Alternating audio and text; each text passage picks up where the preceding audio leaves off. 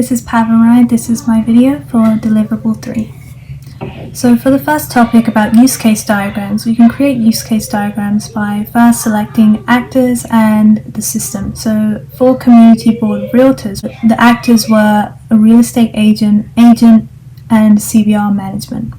You then want to identify what those actors want to do with the system. A real estate agent will want to add a new listing, an agent would want to provide listing information, and so on. And then you want to put these requirements in use cases, which are signified by an ellipsis or oval. For use case narratives, we want to specify the use case name, the scenario, and the event it's triggered by. You want to also describe the actors. You also want to define the preconditions and postconditions. So this basically says when the use case starts and ends. It's also necessary to have an activity flow for the actor in the system as primary flows, so everything goes correctly.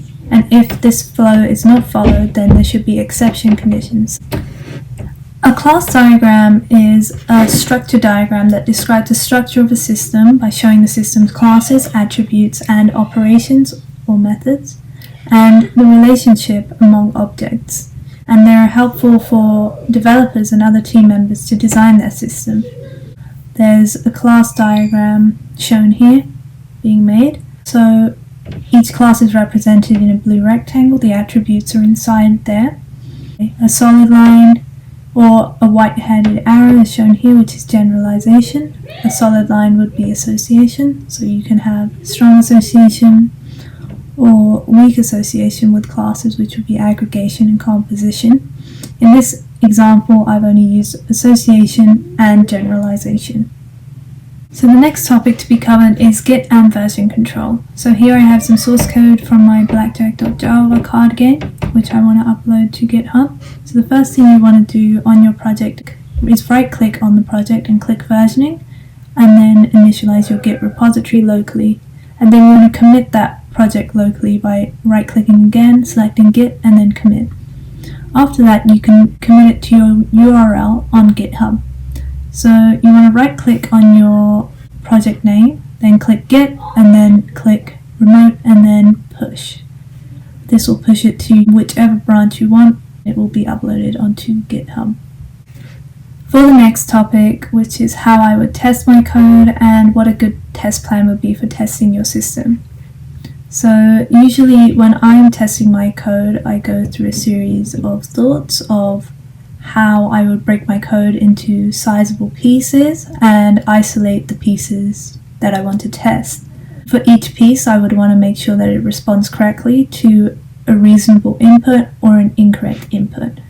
I want to check that if an incorrect input is typed, then it is handled and the program does not crash. You also want to look over your source code and see if there's any conditions missed, or if there's code that was missed and it was never executed. So a good way to test your code would be, as soon as you've written a piece of code or a fragment of code, write a test for it and test that piece of code and see if it works, and then continue coding and check for any missing inputs or outputs.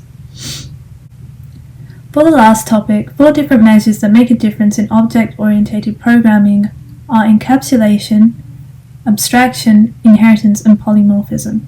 Encapsulation is wrapping up a data member with a method into a single unit. So you can have a private data member and have getters and setters. This provides security to the data by making the variable private, and it doesn't expose the property. Inheritance is the ability to create a new class from an existing class, so inherit some or all of the properties of the parent class. It allows reusability and reduces development time.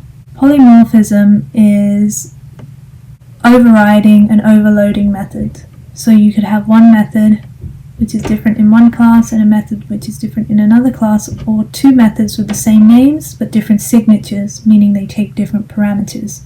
Abstraction is the process of showing only essential or needed features for that object. So each subclass of an abstract class would have the same method but have a different output or process. These 4 principles are extremely important in good design since they allow reusability and make the code more efficient.